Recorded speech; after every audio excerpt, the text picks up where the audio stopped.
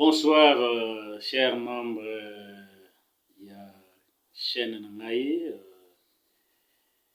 Fondation Vovamo. Les lots font les chaînes Nabiso pour que tout aider notre communauté, qui est la communauté congolaise, acquérir ma connaissance ou étaler ma cambo à entreprendre, surtout donc dès que le faire, il y a ça faire pour la évolution na bango, parce que je puis remarquer que la communauté nangai ils ont vraiment ma capacité na ma faire, mais on peut réussir bazali, c'est bien. Et ngai na choisir na fond la chaîne oyo poto le la plus makambo etali business. Oui, Dieu tangwa salaki mokili, je sais que batebele baebi makamni nangina loba ezalaki plus tangwa sali mutu apesaki ba responsabilité à gérer mokili yango. Et par là, Dieu a fait de l'homme comme entrepreneur. Tous les grands hommes de Dieu, bazalaki, grands entrepreneurs, et cela a fait que batuwana bakoko réaliser ba vision oyo nzambe azalaki na yango, surtout na l'époque wana.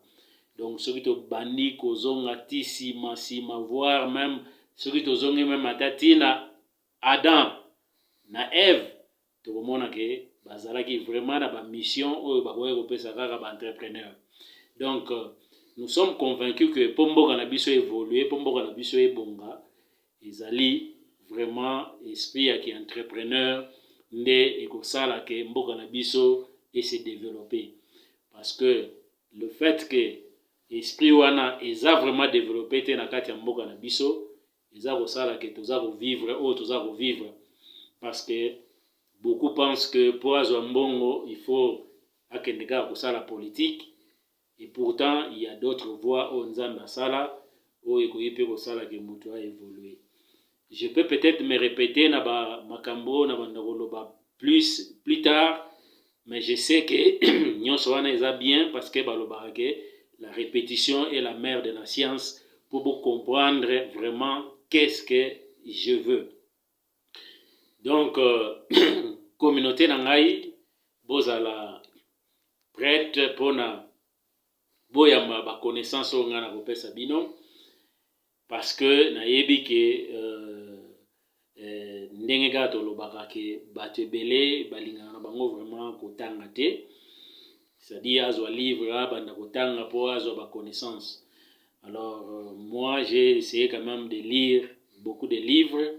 Oui, ça là que na ko transmettre bino ma connaissance au ngana zui, et avec mon expérience aussi na ndenge na zoaki na musala na zaiko sala na ndenge na yo koma lelo na o na zako sala lelo, je sais que je vais partager ça avec ma communauté et donner ma connaissance na communauté na ngai pour que et ça là que ma communauté aussi puisse évoluer, parce que ce qui lelo to komi na ba grand entrepreneur na kati ya mboka ikozala pona bolamu ya mboka et pona bolamu ya communauté na biso, puisque celui totali bien communauté na biso vraiment ou ba congolais a vraiment respecté, parce que beaucoup n'ont pas vraiment réussi na côté wana ya qui entrepreneuriat bazana bango ba réussir, mais o ba réussir vraiment na ndenge ya honnêteté, so na kolobela na ndenge ya voix penza normal baza mukie.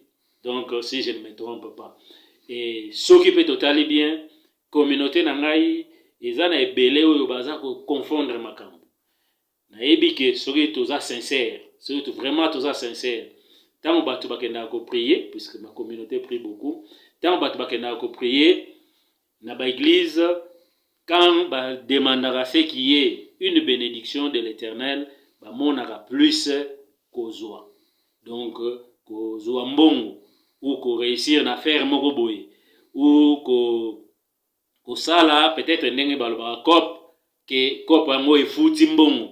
C'est ça yango bango babenga la bénédiction.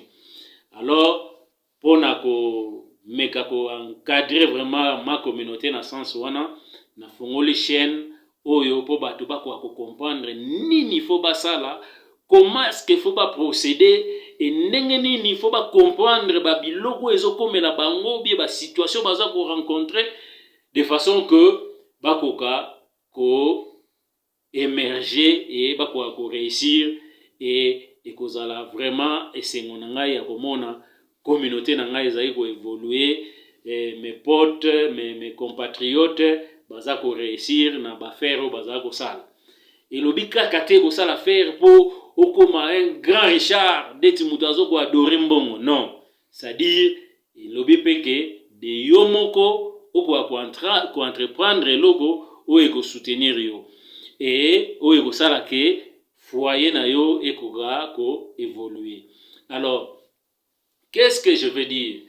Na réalisa ki peke na communauté na nga il y a trop de zigzags. Trop de zigzags, qu'est-ce que je veux dire par zigzag? C'est-à-dire les gens qui deviennent des riches après un moment donné bakomi soit bakomi ba pauvre, soit bazoko kalisusu te, soit nini et tout ça eza dit à quoi? Beaucoup comprendre avec le temps, avec la matière que je vais commencer à donner, et je suis sûr que beaucoup de gens tireront des leçons et bakozwa ba connaissance mususu oyo ko permettre bango bako éviter ba point wana, parce que je viens d'expérimenter une chose surtout dans le moment ya confinement oyo. Alors je vais aussi tirer des conclusions après tant ba confinement aussi là, et je donnerai des stratégies pour na ba kambo ebele na comprendre surtout na moment yango pe ya confinement. Et c'est ce moment qui m'a permis aussi na fongo la chaîne oyo ndenge boza komona boye, pour que na ko maintenant ko distribuer ba connaissance na zanango, que toute personne na zanango posa oyo ko aider de façon que à se maintenir, à évoluer, et c'est ça les grands problèmes. Alors pour éviter ba zigzag wana, qu'est-ce qu'il faut faire? Et Batou, qu'est-ce qu'ils doivent faire pour réussir? Et na quoi qu'on m'appelle même tous ceux qui sont là au bazo kanisa que politique ne mutoko bango, ou peut-être bazo kanisa qu'il n'y a rien à faire pour évoluer, parce que politique est bien bango ko évoluer. Na ko la même plus tard peut-être na achinini mutoko ko entreprendre, beaucoup comprendre tout ça. Donc ezali na kati ya ba matière oyo ngai na ko yebisa bino bokoka ko kolanda. Alors soki mutu omoni penzake na makambo na lobby ekoki ko intéresser tes amis, tes nini ba connaissance na yo, alors ekozala bien o tia bango pe o référencer bango, donc ba ya na chaîne oyo ba s'inscrire, de façon que soki y a un nouveau numéro beaucoup à cause d'informations, de façon que je peux dire que je ne suis pas parfait dans ce que naza kosala. C'est à vous aussi de m'orienter. Ndenge bondo yoka o naza koloba beaucoup bando tuna ba question et bando constituer même peut-être ba sujet ou nakoki komanda ko développer plus tard. Pour l'instant naza na ba sujet épelé aussi ou nakoki ko partager na bino. Donc ce que je veux vous demander, ezali premièrement, vous s'abonner pour que tout comme ébélé la communauté, et ce que je vais dire, ça va permettre à ma communauté, il y a quand même quelque chose. Et je vous dis déjà que une seule phrase peut faire en sorte que beaucoup a déclenché quelque chose en lui. Alors, ceux qui bosa Rolandanga, je suis sûr que beaucoup de gens vont déclencher attitude moko boye, comportement oyo kosala ke bakoka ko évoluer, bakoka ko réussir. Donc o azana musala c'est bien, o azangi musala ekozala pe bien abanda kolanda po akoka ko développer attitude na ye, et ekoka kosala ke yebe lobby akoka ko évoluer. Donc soki bomoni ndenge tozo ko aborder sujet oyo tozo ko aborda yango na angle